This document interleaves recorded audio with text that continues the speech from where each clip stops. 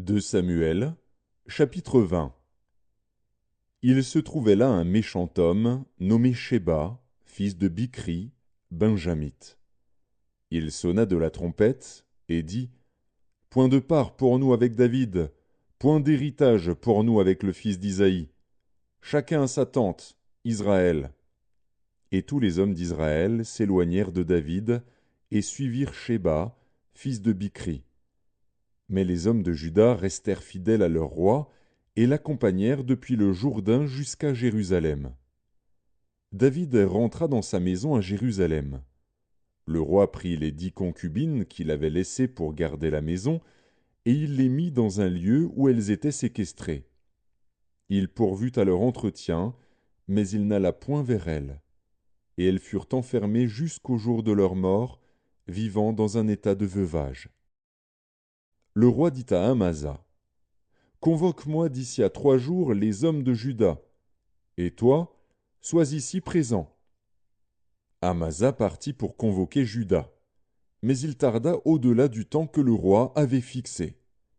David dit alors à Abishai, Shéba, fils de Bichri, va maintenant nous faire plus de mal qu'Absalom. Prends toi-même les serviteurs de ton maître et poursuis-le, de peur qu'il ne trouve des villes fortes et ne se dérobe à nos yeux. Et Abishai partit, suivi des gens de Joab, des Kérétiens et des Pélétiens, et de tous les vaillants hommes.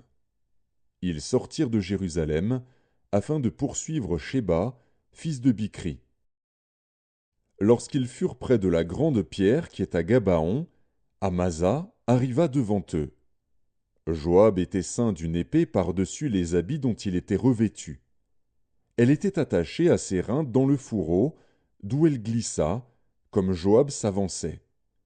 Joab dit à Amasa, te portes-tu bien, mon frère? Et de la main droite il saisit la barbe d'Amasa pour le baiser.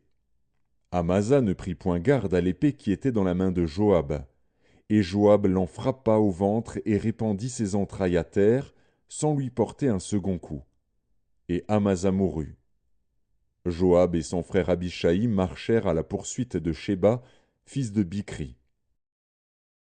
Un homme d'entre les gens de Joab resta près d'Amasa, et il disait, qui veut de Joab et qui est pour David? Qu'il suive Joab. Amasa se roulait dans le sang au milieu de la route. Et cet homme, ayant vu que tout le peuple s'arrêtait, poussa Amasa hors de la route dans un champ et jeta sur lui un vêtement, lorsqu'il vit que tous ceux qui arrivaient près de lui s'arrêtaient. Quand il fut ôté de la route, chacun suivit Joab, afin de poursuivre Shéba, fils de Bichri. Joab traversa toutes les tribus d'Israël dans la direction d'Abel-Beth-Maaka, et tous les hommes d'élite se rassemblèrent et le suivirent. Ils vinrent assiéger Shéba dans Abel-Beth-Maaka, et ils élevèrent contre la ville une terrasse qui atteignait le rempart. Tout le peuple qui était avec Joab sapait la muraille pour la faire tomber. Alors une femme habile se mit à crier de la ville. Écoutez, écoutez! Dites, je vous prie, à Joab, approche jusqu'ici, je veux te parler. Il s'approcha d'elle, et la femme dit, es-tu Joab? Il répondit, je le suis. Et elle lui dit, écoute les paroles de ta servante. Il répondit, j'écoute. Et elle dit, autrefois on avait coutume de dire que l'on consulte Abel, et tout se terminait ainsi. Je suis une des villes paisibles et fidèles en Israël. Et tu cherches à faire périr une ville qui est une mère en Israël?